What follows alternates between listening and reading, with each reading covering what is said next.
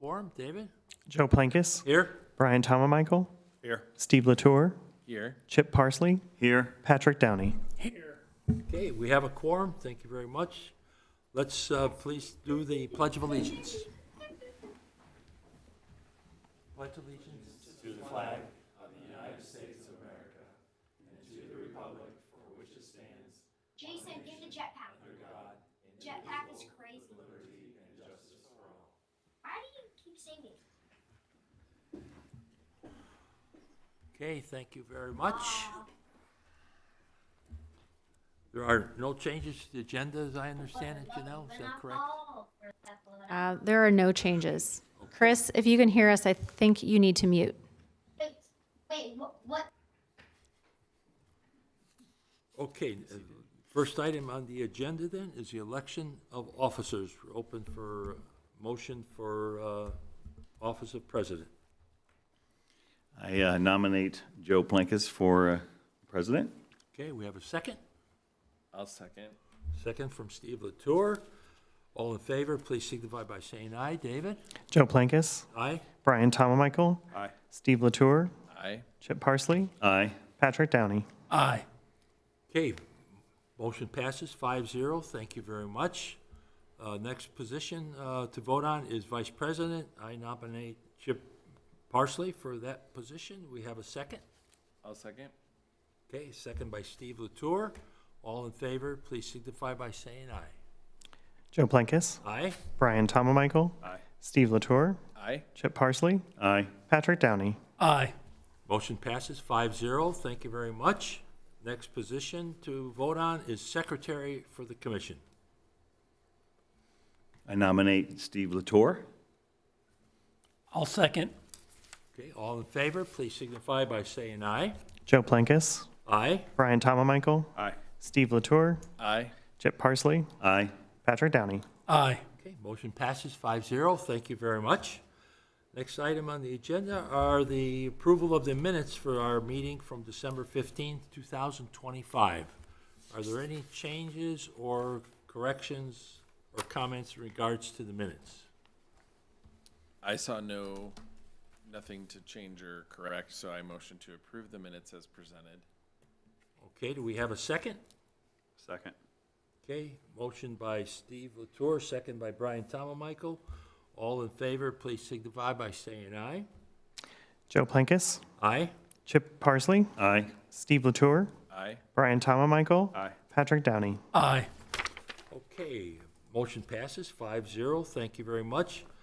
There are no reports this month from the treasurer, so we'll look for getting a final year-end report from her, and hopefully in February. Mr. Approval of President, claims. we have approval of the executive session memorandum as I'm well. sorry, You always pass that up. Apologize. Do we have a motion for approval of the executive session memorandum? I'll motion to approve the executive session. I will second to approve the motion, Okay, the we have a executive motion, session. Second, David? Joe Plankis. Aye. Chip Parsley. Aye. Steve Latour. Aye. Brian Michael. Aye. Patrick Downey. Aye. Okay, motion passes 5-0. Thank you very much. Now we will move on to claims. Any questions or comments in regards to the claims? Seeing none, do we have a motion for approval? Make a motion to approve the claims. We have a second. I will second. Okay, we have a motion by Brian, second by Chip. All in favor, please signify by saying aye. Joe Plankis. Aye. Chip Parsley. Aye. Steve Latour. Aye. Brian Michael. Aye. Patrick Downey. Aye. Motion passes 5-0. Thank you very much, and we'll move on to our executive director report. Thank you, Mr. President. So I am going to report on a few things in addition to the status update on the ice hockey facility bot process, just to kind of do a reset here for 2026 and let you know what's happening here in the city. So we have a few projects we're going to talk about. The first I will hit on here is the Grand Park District ice hockey facility. This process started back in May 2025.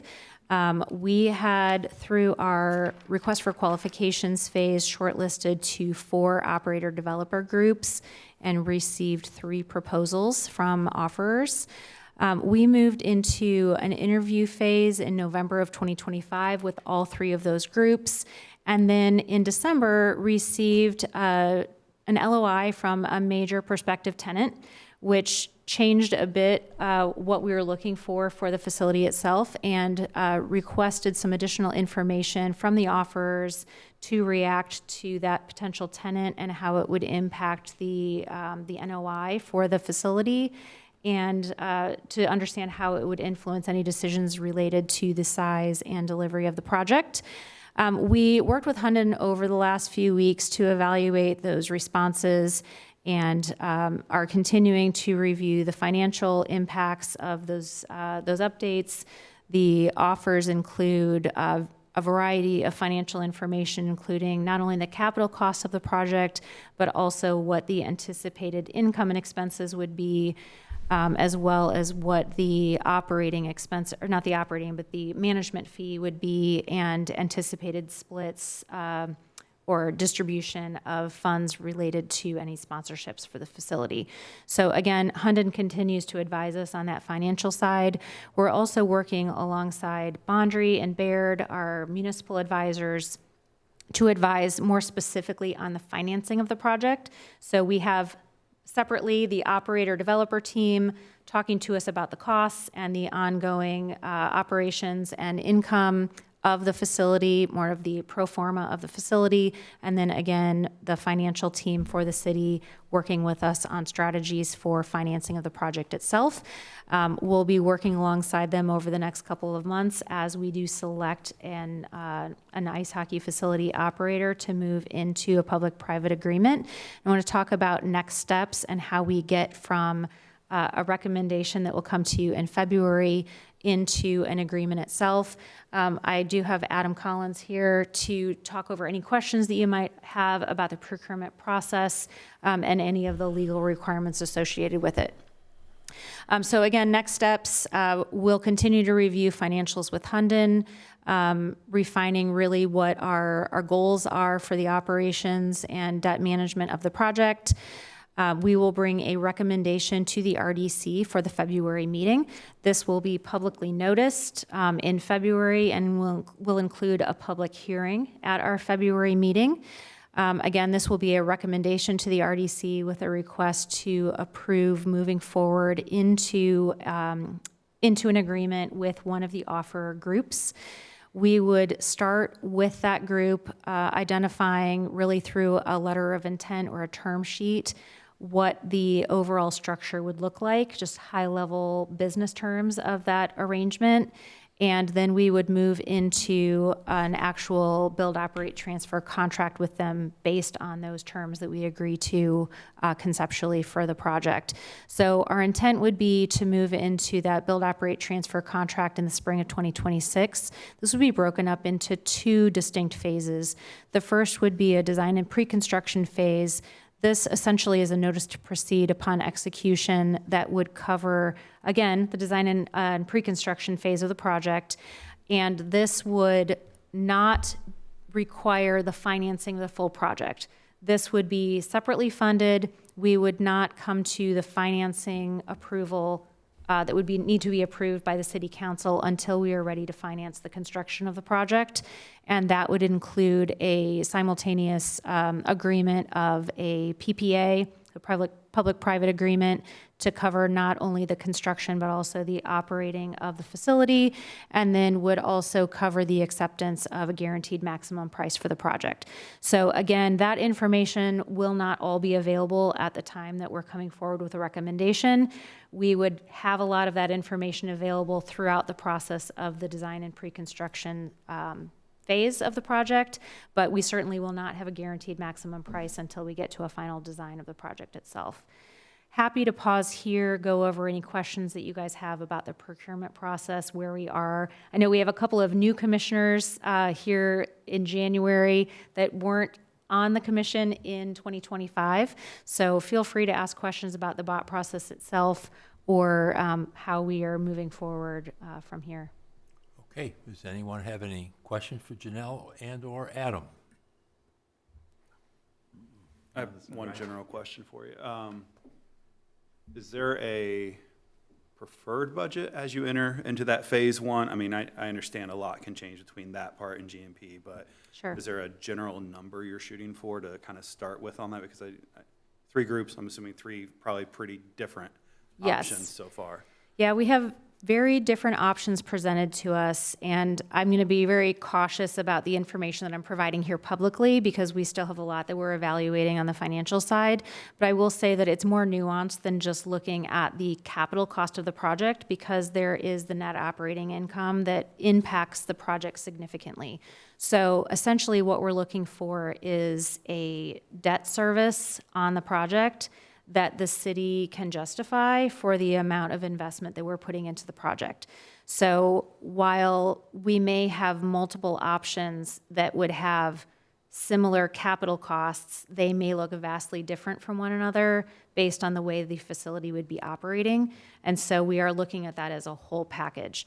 That being said, my expectation is that as we work through a design process, because we're the client, and we're asking for a specific type of building on a specific site, we should end up with very similar construction costs, no matter who the developer operator is, because ultimately we're going to expect the same level of quality, the same level of amenities. So it should be apples to apples once we actually, on the construction side and the capital side, it should be closer to apples, just because we're going to get what we ask for, if that makes sense. Yep, thank you. Great. Okay, any other questions? Okay, we'll look forward to seeing a recommendation in February. Great. I'll provide a few other updates here before we move on from Executive Director report. This is another public procurement project that we have. This is done in collaboration with our Parks Department and Public Works. This is funded through a Parks bond that was issued in 2025 in the funding here. It was actually 2024 Parks bond. I will get that corrected for next month. This is a build, operate, transfer project. I even have that wrong. I'm sorry. This is like a Monday for me, so let me make corrections as I need to my slide. It is not build, operate, transfer. This one is a CMC. So as a construction manager as contractor, this is, and I even wrote CMC in the second line, so I've corrected myself. Rundell Ernstberger and Associates has been hired as the designer of the project. They have been working with Crossroad Engineers. This is a very complicated project, not just because we're trying to accomplish a lot in a very small right-of-way with a lot of existing businesses, but also because there are some very old utilities that are located both below and above ground along Park Street that we need to either upgrade and or relocate in order to accomplish this project. But ultimately, we're trying to create an atmosphere where we can have activities on Park Street, where the street could be closed for a festival. So we are looking at a curbless type environment so that you can have a festival without having the curb interrupting the plaza type experience that you have. We're also going through a process of redirecting the flow of traffic through our downtown with this project. Currently, Park Street is navigated west to east for the vast majority of Park Street. And one of the results of that traffic pattern is that there are a lot of left turns that occur at the east end of Park Street in order to navigate traffic back north on Mill. And as we have more businesses coming online, particularly restaurants, we identify the need for traffic management for valet. H Steakhouse will be the first that is coming online in our downtown that will be kind of necessitating a more clockwise traffic pattern through the downtown area. This would allow for restaurants to have valets coming down Mill, either from the north or from the west. It could be either way. And then traveling down Park Street towards our parking garages, or towards our library, towards Grand Millennium, and be able to circulate again clockwise, minimizing the left turns that we have through the area.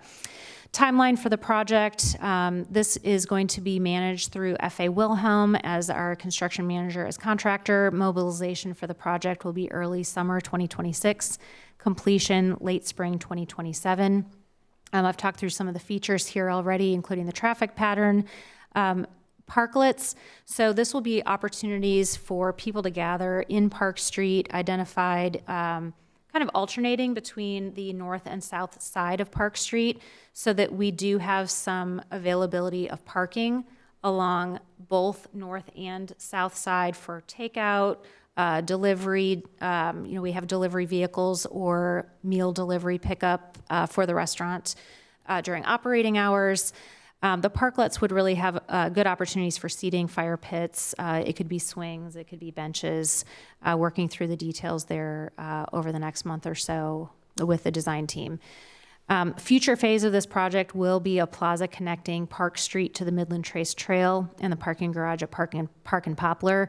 We are designing these all together as a single project, but we will be implementing them in two separate phases, partially for funding purposes, but also because the two office buildings at the Park and Poplar project will be coming online a bit later than the rest of that development.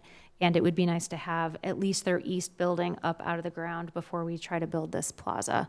So excited to get this project kicked off in 2026 and see some improvements to our pedestrian facilities and our driving capabilities in downtown. Yeah.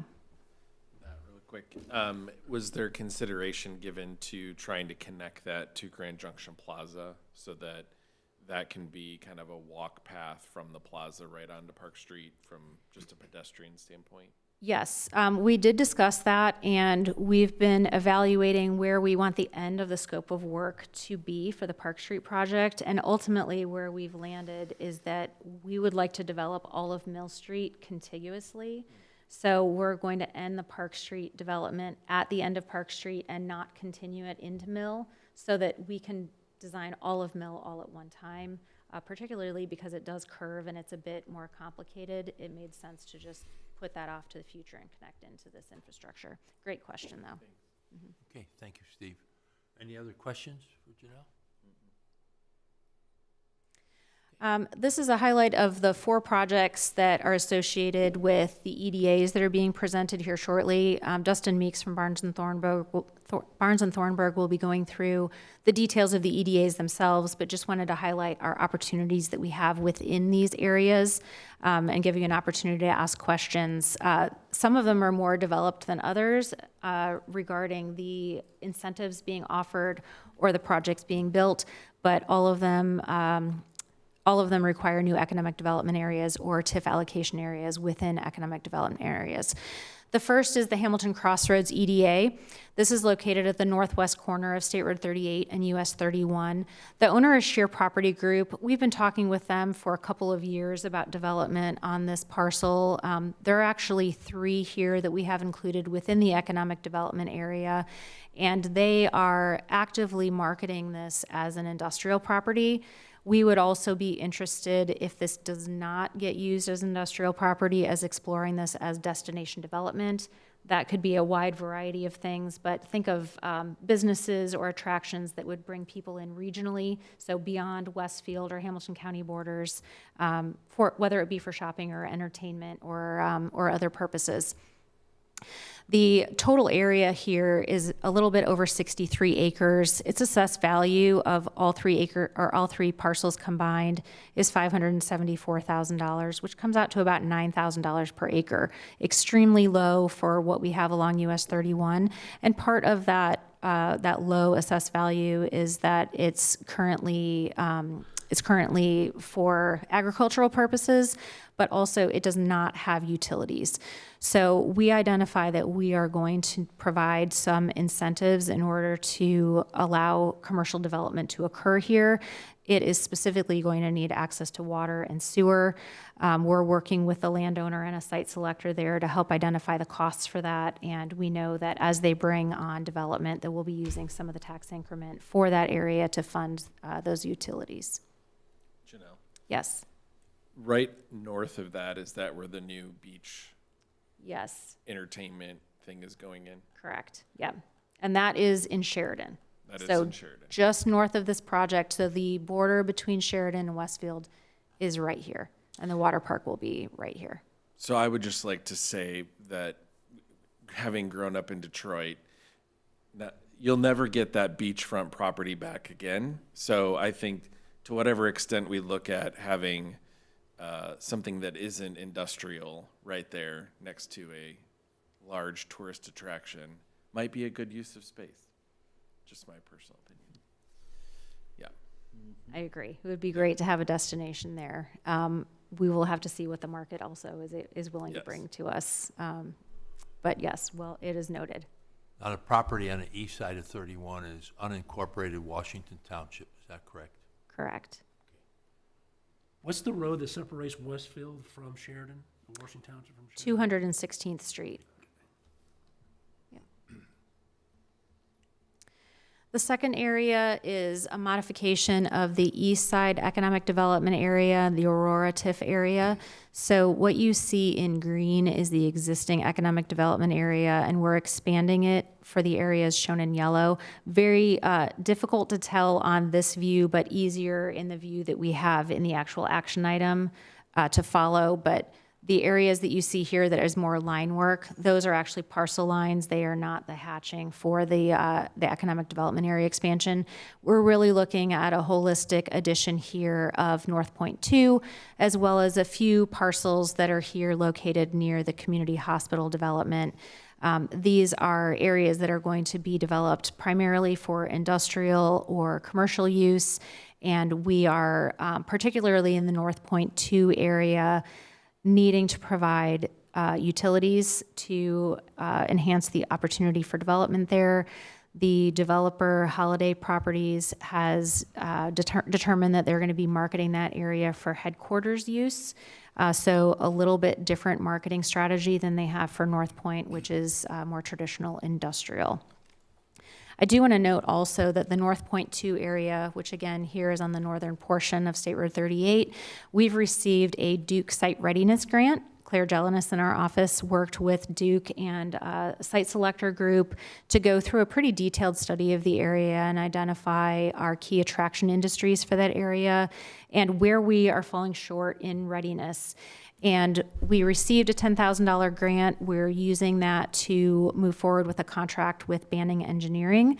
We've already accepted a proposal for them to do some planning for infrastructure development in order to help ready that site for future development. The third here is another modification to the Grand Junction Economic Development Area, specifically a new TIF area called Social Square.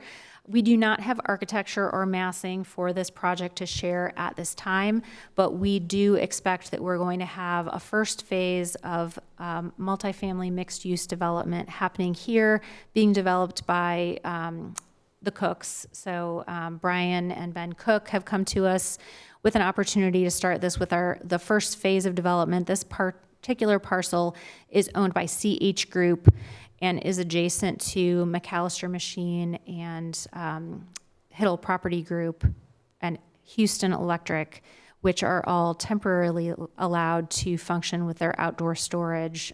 That ability to continue to operate ends here shortly.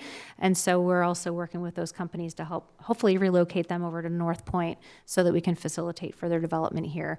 Some of their initial opportunities that they're wanting to execute here include an office building, bunkhouses or dorms for Grand Park teams to be able to bring their teams, or Grand Park parents to be able to bring their teams to when they're traveling.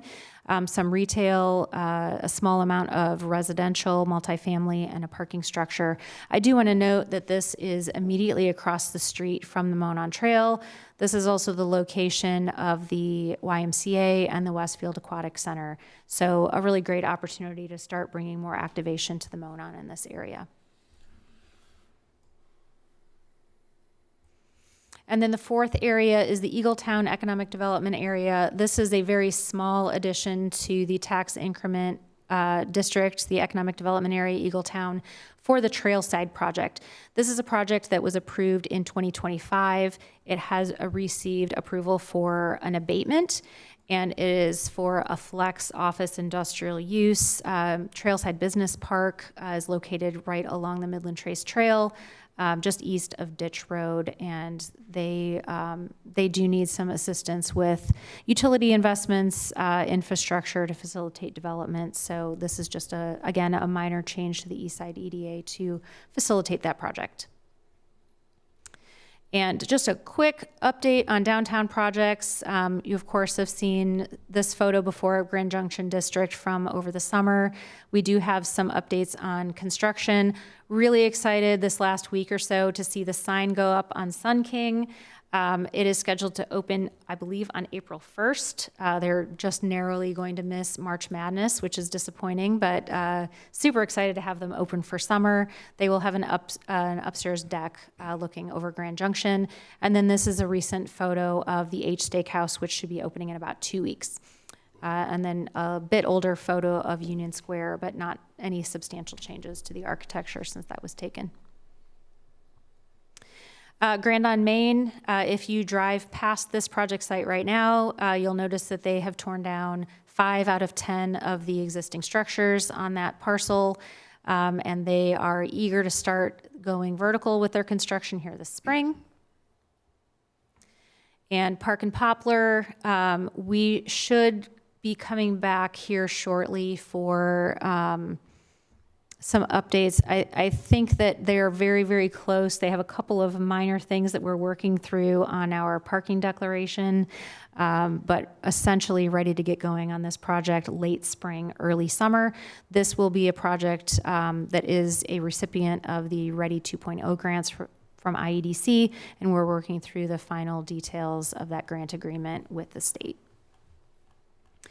And then this is the northeast quadrant of downtown. Just wanted to provide a brief overview of one of the areas that we've master planned. This includes the Ambrose project, which is why I've highlighted this northeast quadrant. The downtown redevelopment master plan was issued in November. I think it was November. Browning Day put this together.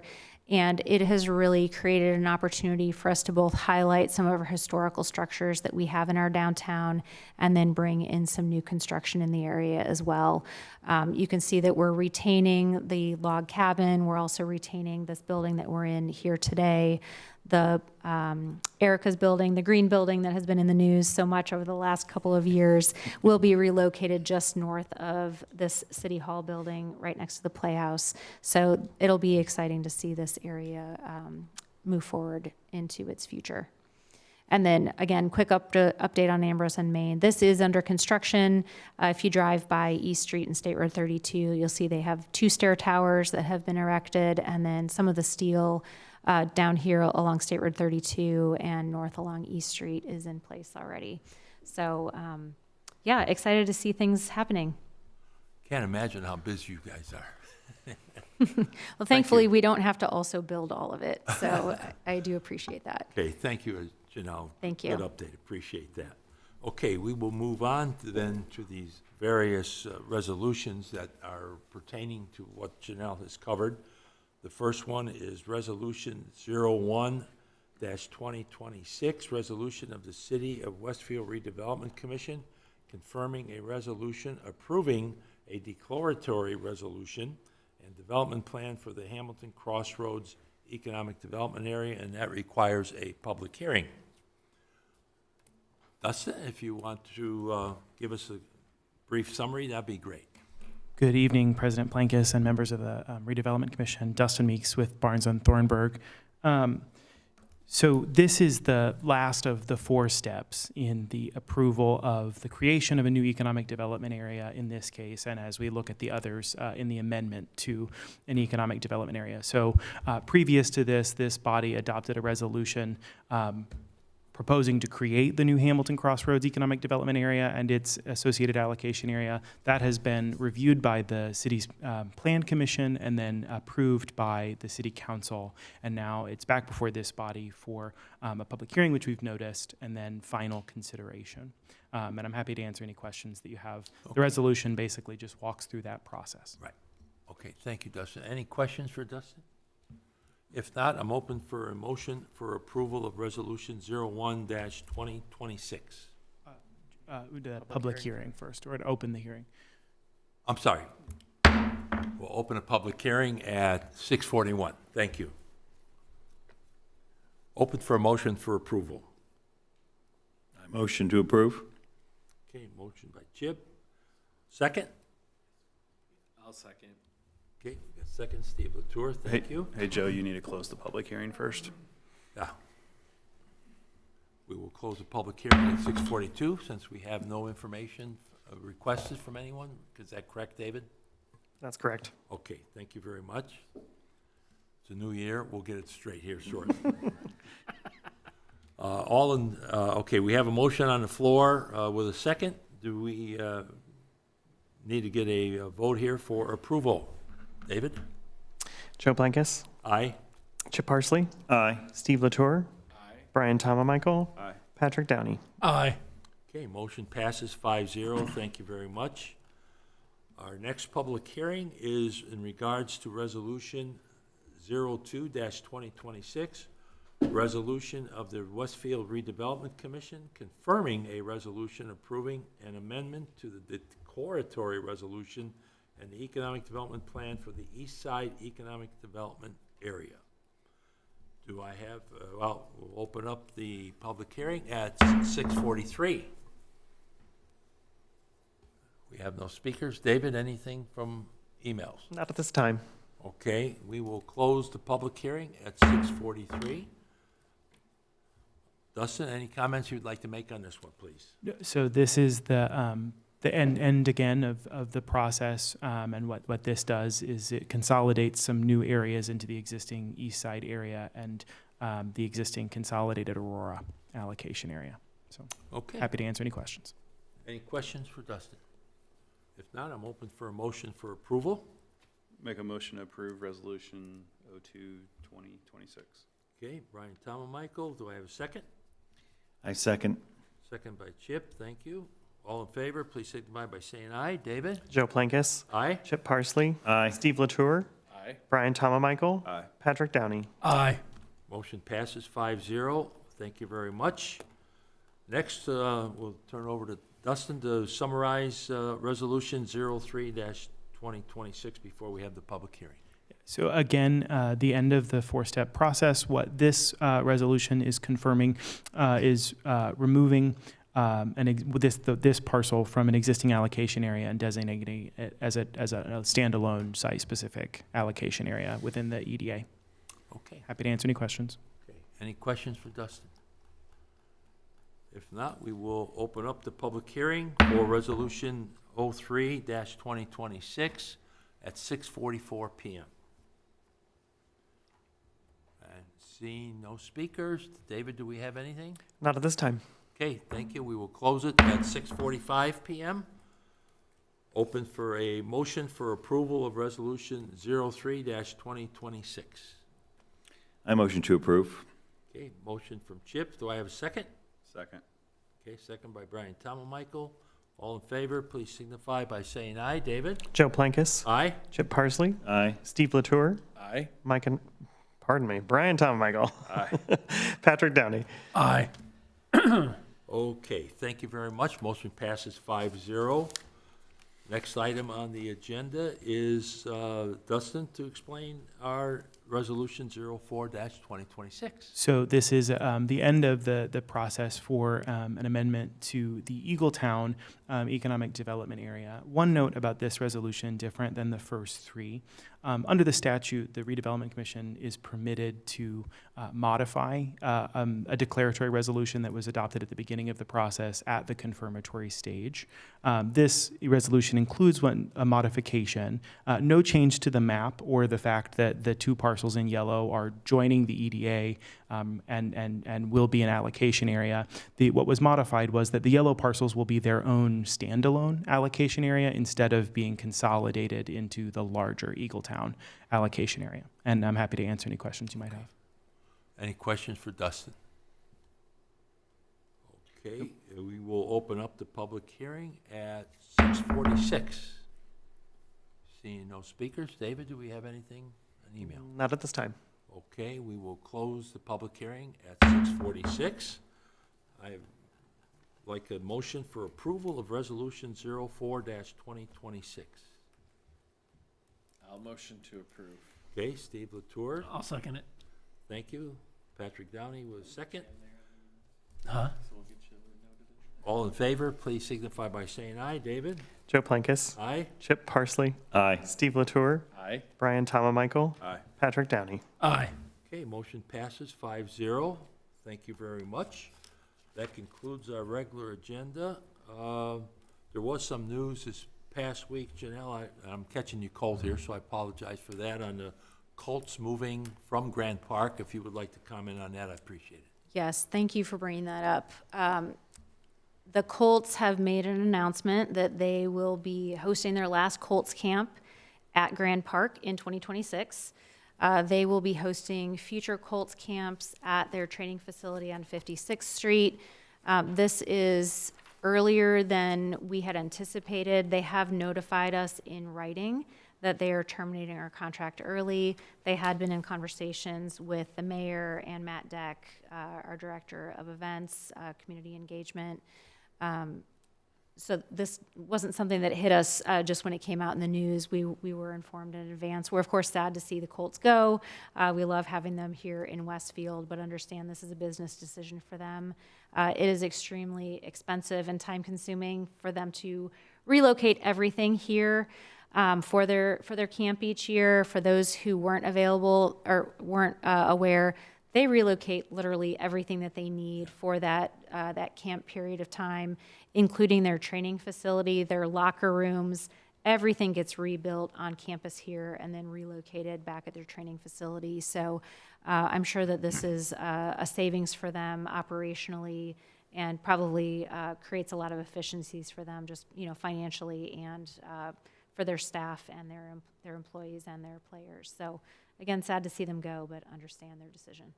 And of course, from our side, it ties up the building for a couple months.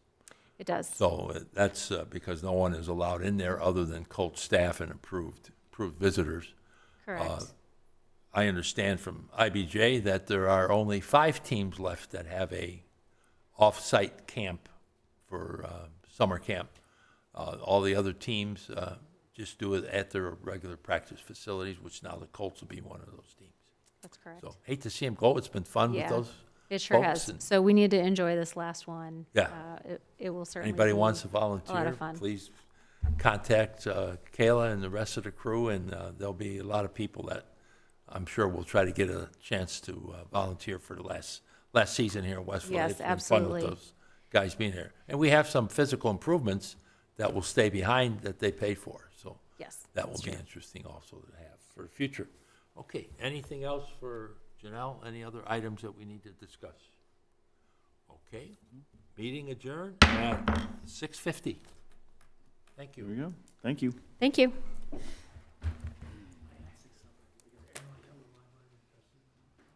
Okay, nobody leave, we got signed papers. Okay.